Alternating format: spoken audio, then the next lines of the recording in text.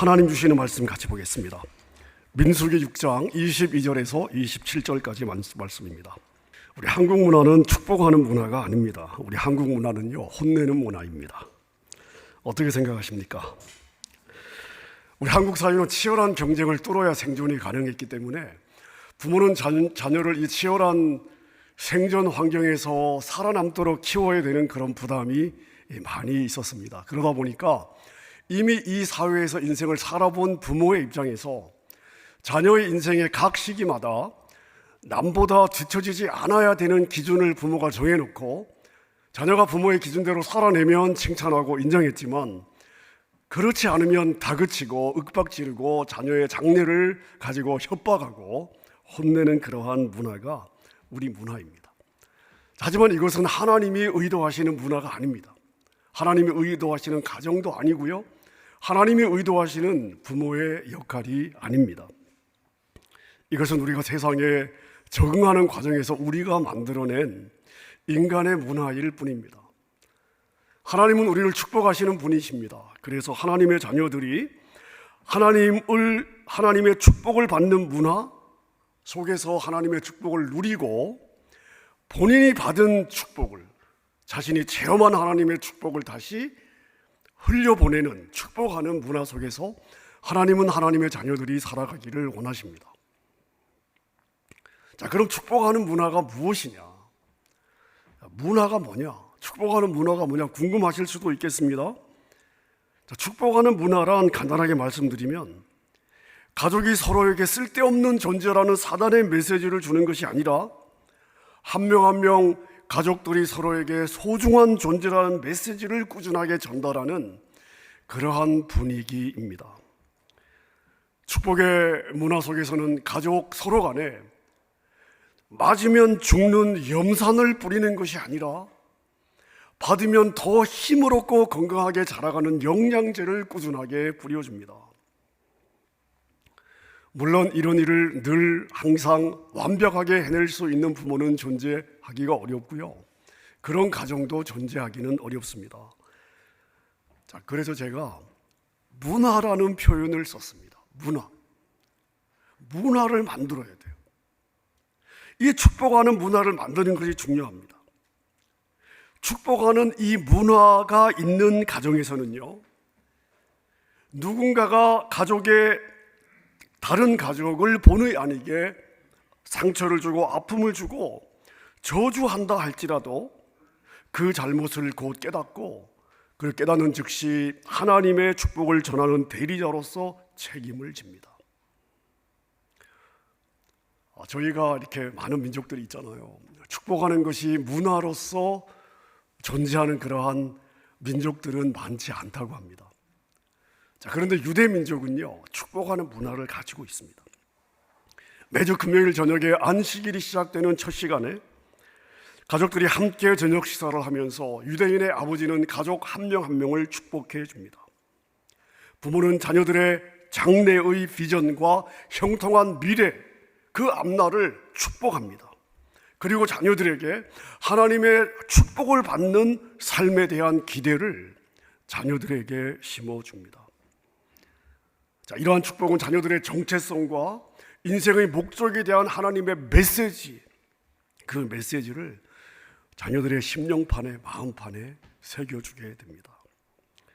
여기서 부모가 자녀를 축복하는 이 말은요, 이 표현은, 이 축복의 내용은 일종의 예언적인 권위를 가지게 되는데요, 성인이 된 자녀들의 삶을 보면 가정에서 아버지가 자녀를 축복해 주었던 그 표현대로 그 자녀들의 형통한 미래를 그리며 축복해 주었던 대로 살아가는 모습을 보게 된다고 합니다. 그래서 유대인 젊은이들은 나는 은행을 세워야지 라는 꿈을 가지고 자라고요, 그리스도인 젊은이들은 나는 은행에서 일해야겠다 라고 생각하는 차이가 있습니다. 그리스도인 젊은이들은 나는 영화사에서 일해야지, 일했으면 좋겠다 이렇게 생각하는 데 반해서요, 유대인 젊은이들은 나는 영화사를 차려야 되겠다, 또는 나는 탁월한 영화 감독이 되어야지 라고 생각을 하면서 자라게 됩니다. 무엇이 이 차이를 만들어낸다고요? 매주 부모의 축복으로 자연스럽게 자신의 꿈을 키우고 비전을 키우며 살았느냐, 여기에 달려 있습니다. 부모의 축복이 심어주는 비전의 힘이 바로 이런 차이를 만들어냅니다. 다시 말씀드리면, 자녀로 하여금 꿈을 꾸게 하고 자녀로 하여금 비전을 갖도록 만들어주는 것이 바로 부모의 축복입니다.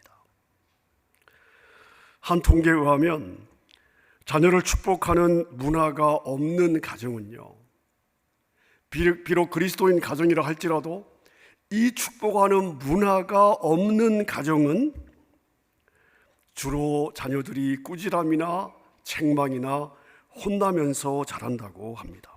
문제가 뭐냐? 그런 말들이 부모의 본의와 다르게 그 자녀를 향한 하나님의 메시지보다는 사단의 메시지가 될 가능성이 높다는 것입니다. 예를 들어서 아버지가 사춘기를 지나면서 속을 썩이는 딸에게요, 야, 너 윗도리가 그게 뭐냐? 가슴이 다 보이잖아. 왜 그렇게 죄는 옷을 입어? 바지도 너무 끼잖아. 너 그런 옷차림으로 밖에 나가서 되겠어? 그렇게 입고 나가면 어떻게 되는지 알아? 자, 그 다음 표현은 제가 생략합니다. 여러분, 이런 말은요, 부모는 아이들을 바로잡기 위한 의도로 표현을 합니다만은 이 표현 자체가 아이들의 마음에 떨어졌을 때 이게 그 아이들의 마음판에서 예언적 기능을 함으로써 자녀는 자신이 듣는 그 표현 그대로의 삶을 살게 될 가능성이 높다는 것입니다. 자, 그래서 부모가 자녀를 규칙적으로 축복하는 시간을 갖는 것도 중요하지만 축복의 문화를 만드는 것이 중요합니다. 축복의 문화를 만들어야 됩니다. 자, 근데 축복하는 문화를 만들기 위해서 부모가 반드시 기억해야 될 게 있습니다. 자녀의 정체성과 행동을 분리해서 볼 수 있는 훈련을 부모가 해야 됩니다. 이것은 특별히 자녀를 훈계해야 되는 과정에서 너무나 중요한 사실입니다. 여러분, 다시 한번 말씀드립니다. 자녀의 정체성과 행동을 분리해서 보는 훈련을 부모가 해야 됩니다. 자, 이게 어떤 의미인지 제가 한 목사님의 간증을 통해서 설명을 해보겠습니다. 담임 목사 1년 차였던 젊은 목사님이 있었습니다. 어느 주일 최선을 다해서 예배를 섬겼고요, 예배는 성령 충만한 가운데 진행이 되었습니다. 이 목사님에게는 4살 된 막내 아들이 있었는데, 이제 이 목사님이 주일 예배를 다 마치고 이제 사무실로 들어가려고 하는데, 사무실 앞에 막내 아들과 막내 아들의 주일학교 선생님이 기다리고 있었습니다. 그리고 선생님이 이 목사님에게 말을 합니다. 목사님, 주일 예배를 드리는데 얘가 말썽을 좀 부렸습니다. 뭘 좀 시켰는데 안 하겠다고 거부를 했거든요. 그래서 다시 한번 부탁을 했는데 여전히 말을 안 들었습니다. 거기까지는 괜찮았는데 대뜸 저를 향해서 듣기 민망한 욕을 하는 겁니다. 주의를 주긴 했지만 아무래도 목사님께서 이건 알고 계셔야 될 것 같아서 제가 말씀을 드립니다. 이 말을 듣는 순간 목사님 안에서 화가 치밀어 올랐습니다. 저놈이 감히 아빠 얼굴에 먹칠을 하고 다녀?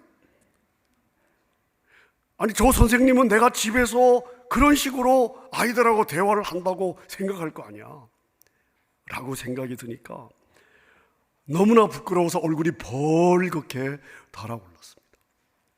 그러면서 디모데전서 3장 5절의 말씀이 생각이 났습니다. 사람이 자기 집을 다스릴 줄 알지 못하면서 어찌 하나님의 교회를 돌보리요? 아니, 선생님이 뭘 시켰을 때 안 하는 것은 이해가 되지만 듣기 민망한 욕을 했다니 용납이 되지 않았습니다. 생각할수록 너무나 당혹스럽고 그 선생님 앞에서 너무나 수치스러워서 분노가 올라왔습니다.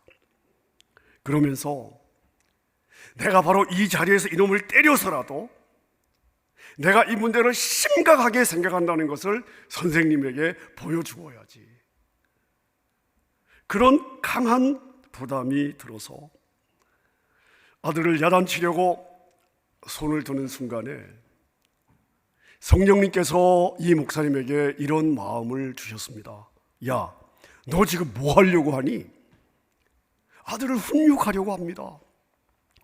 훈육하려고 한다고 너는 정말로 그게 훈육이라고 생각하니? 너는 지금 너 아들에게 사탄의 대리자가 되려고 하는 거야.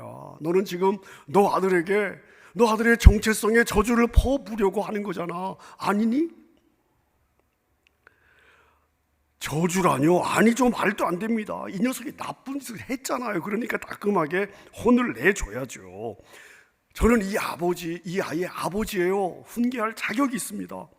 더군다나 이럴 때는 훈계를 해야 되는 거 아닙니까?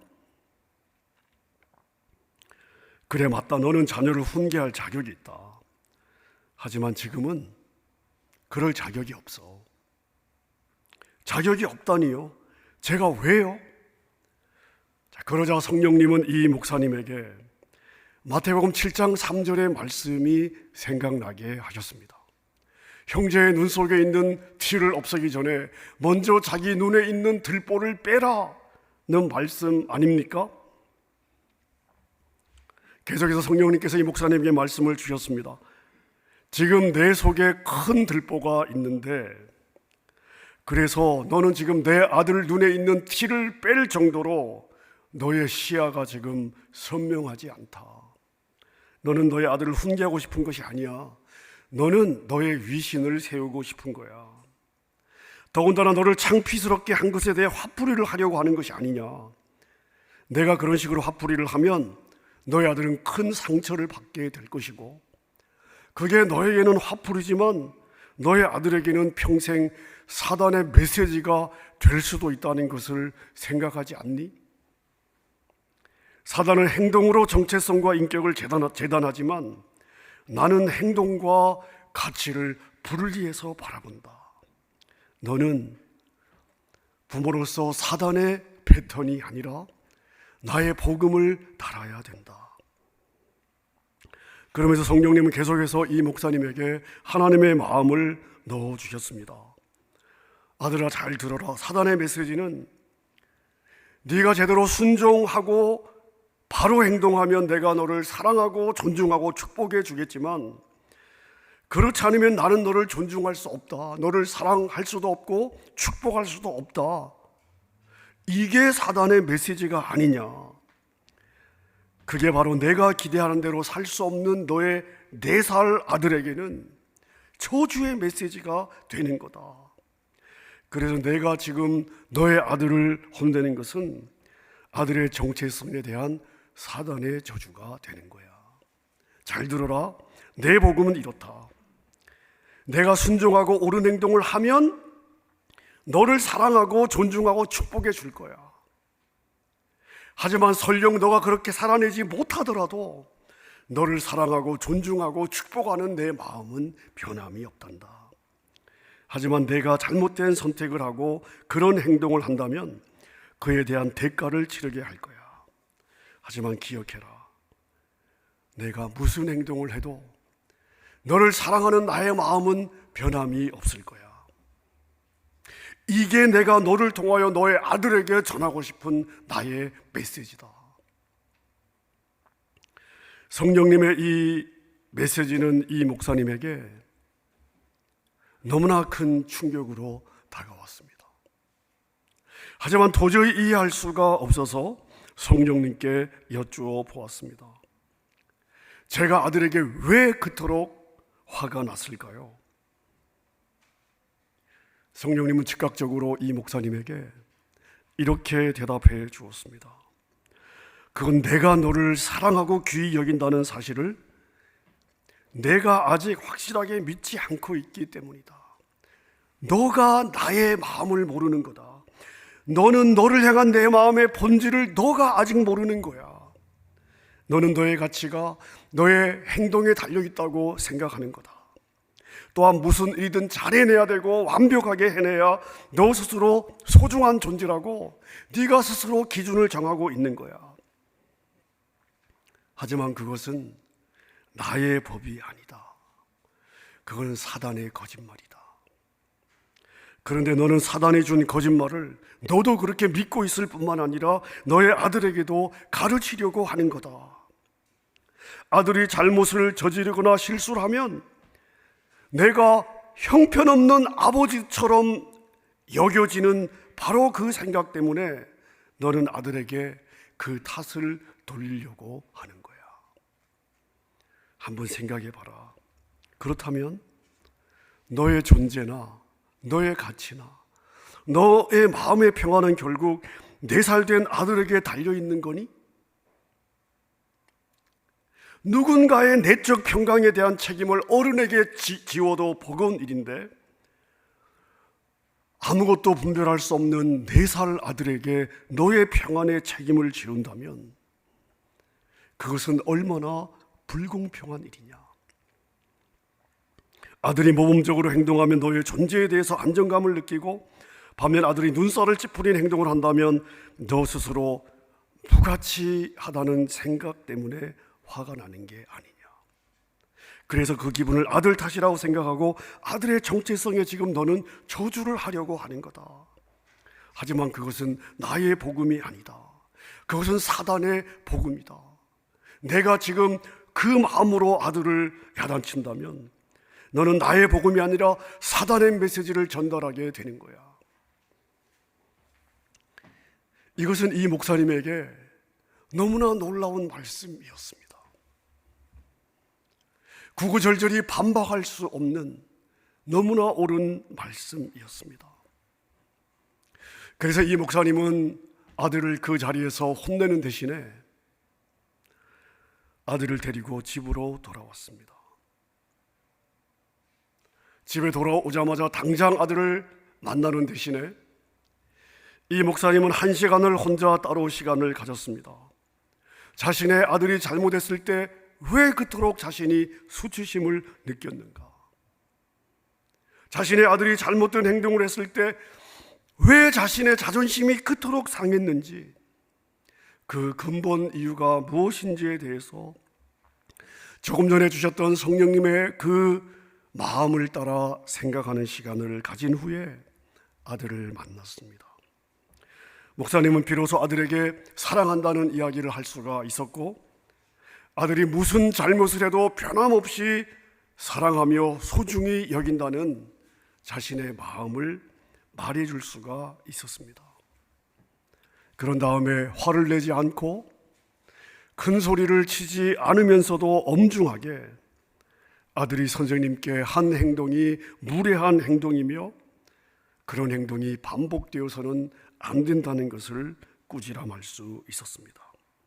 아들의 잘못된 부분을 명확하게 이야기하면서도 존중하는 목소리로 아들의 정체성과 아들의 영을 축복할 수 있었습니다. 자, 여러분은 이 목사님의 간증을 들으면서 어떤 생각이 드십니까?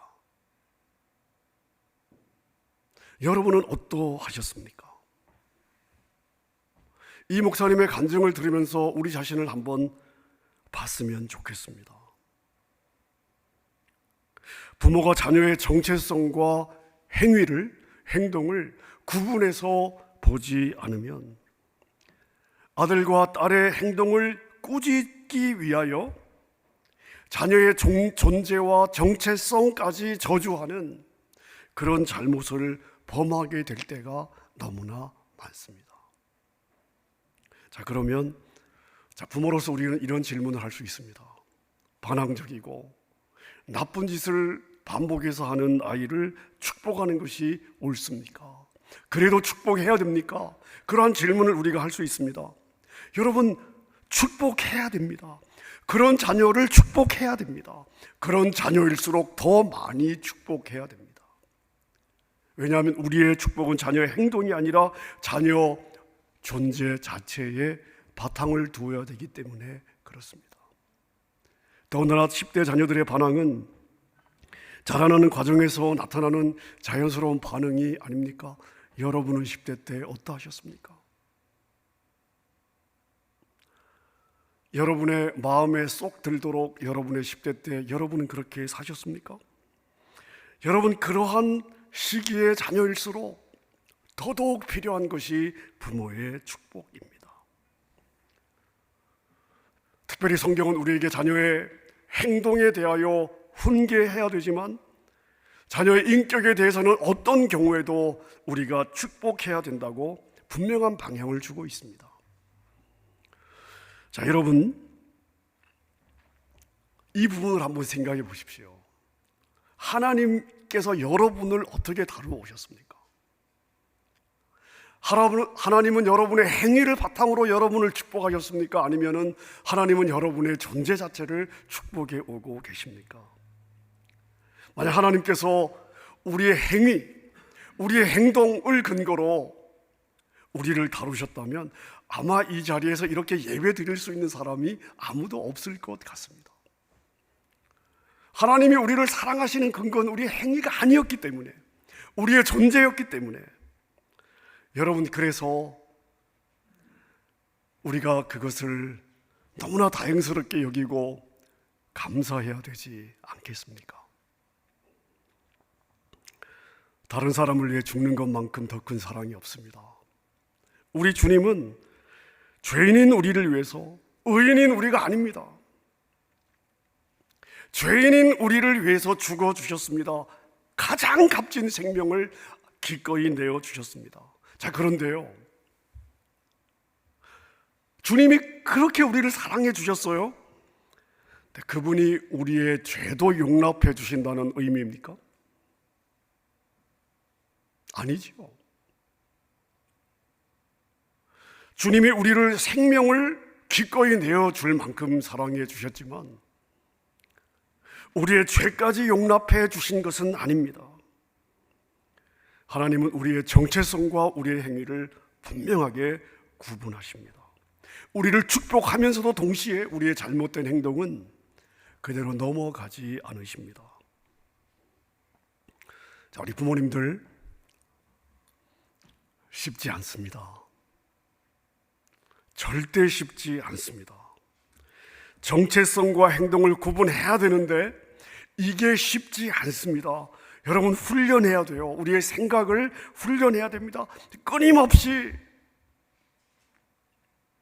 자, 그래서 만약에 이것이 부모가 자녀의 정체성과 행위를 구분하는 훈련을 하지 않으면, 축복하려는 의도 때문에 잘못된 행동을 묵인하든지 아니면 징계하기 위해서 자녀의 정체성을 저주하는 그러한 함정에 빠지게 되는 것입니다. 만약 이렇게 한다면 부모는 하나님의 통치체계로 자녀를 이끌어가는 것이 아니라 사단의 통치체계로 자녀를 이끌어가게 되는 것이죠. 자, 제가 지금 통치체계라고 말씀을 드렸습니다. 하나님의 통치 방식이 있어요. 사단의 통치 방식이 있습니다. 하나님의 통치 방식은 무엇이냐? 바로 권위입니다. 권위. 하나님은 권위로 우리를 통치하십니다. 자, 하나님의 통치 방식 권위와 사단의 통치 방식, 이 통제를 이해하기 위해서 통제와 권위가 어떤 의미인지 저희가 이 차이를 보는 게 도움이 될 것 같습니다. 자, 제가 자막을 준비했는데요. 통제란 무엇인가 하면요, 권력을 이용해 다른 사람을 자기 뜻대로 행동하게 만드는 것입니다. 통제는 타인의 자유의지를 존중하지 않습니다. 인정하지 않습니다. 자, 그럼 권위란 무엇입니까? 권위는 상대방의 인격과 뜻을 있는 그대로 존중하며 선택의 자유를 줘요. 하지만 그 결과를 책임지게 하는 것입니다. 그래서 권위의 행사는 선택의 자유를 일관되게 존중하지만 동시에 잘못된 선택에 대한 결과를 책임지도록 합니다. 자, 이것을 하나님께서 저와 여러분들을 다루신 방식에 한번 비교해 보십시다. 하나님은 우리 인간의 선택을 항상 존중해 주셨어요. 하나님은 우리에게 항상 선택을 주십니다. 아담과 하와에게 자유의지를 주셨죠. 하나님이 인간에게 자유의지를 주신 것은 인간을 가장 존중하신 방식입니다. 가장 확실한 증거예요. 인간을 존중하셨다는.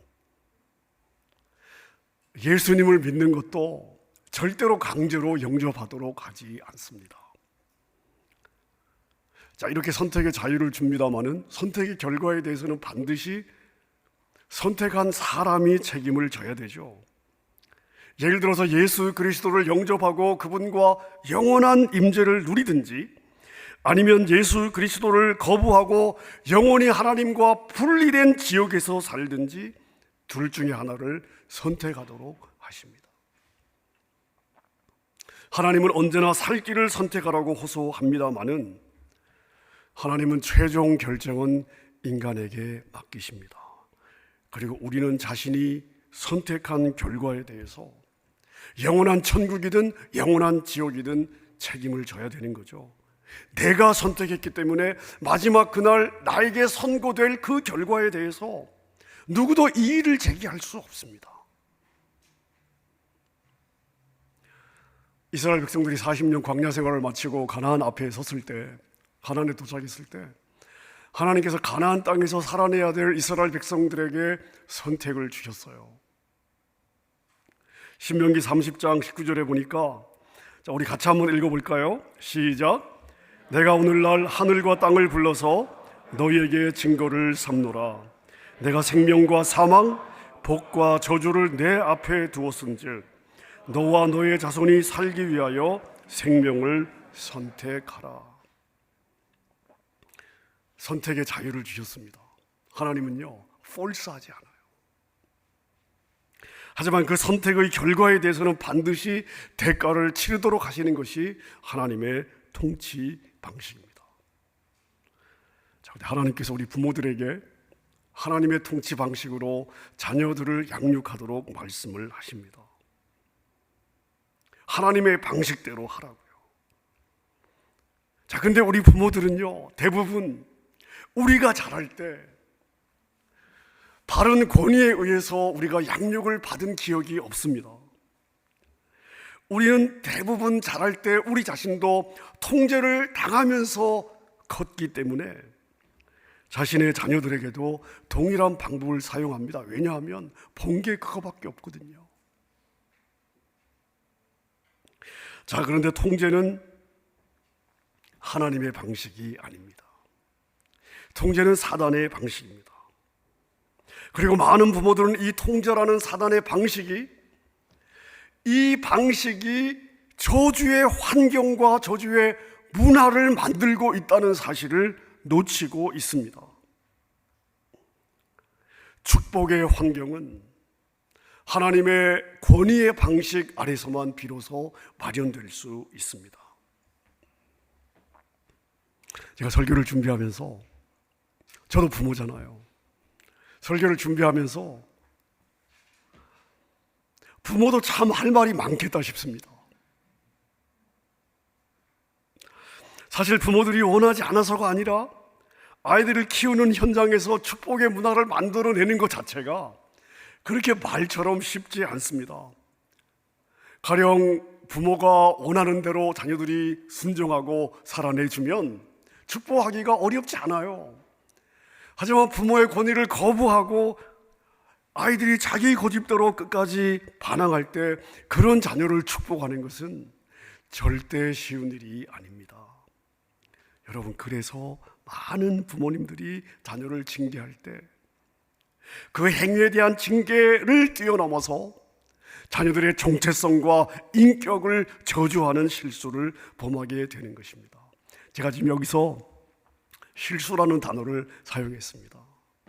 왜 실수라는 단어를 썼냐 하면 자녀를 저주하려는 것이 부모의 의도가 절대 아닙니다. 부모에게는 그런 의도가 전혀 없습니다. 문제는 뭐냐?